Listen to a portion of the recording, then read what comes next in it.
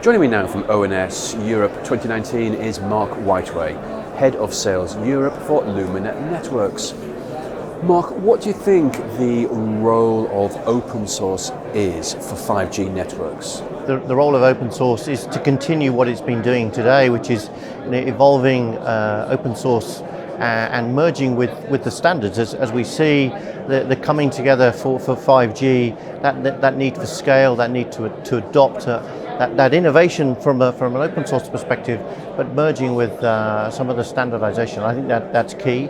As Lumina, we see an extension of OpenDaylight into other areas of the network. So taking what is there today in the existing networks and just replicating that into the RAN network as well. So the service automation and the network slicing, which is inherently done today through the Lumina controller, out into other areas of the network and other domains. And what open source projects do you think are going to play the most important roles? So we see an ever-increasing drive towards things like ONAP, and that is a key area as that fleshes out over the next time to see the evolution of that and how the integration of various open source projects come together. I think that's key is that overarching architecture and integration of the numbers of sort of open projects that come together.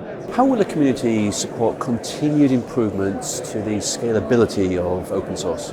So I think that's just a natural evolution of open source. For us, what we see is further demand, and 5G is really going to push the limits of scalability. And I think the challenge for all of those working in the open source community is making sure that solutions are fit for purpose in terms of scaling from thousands of devices to tens of thousands of devices in that 5G wave of momentum. For those service providers with proprietary network technologies, where's the tipping point for them to decide to move and invest in open source solutions? So I think that there's a natural, or there's a wave of momentum today with operators to embrace open source. Some more so than others. Some are actually doing that themselves.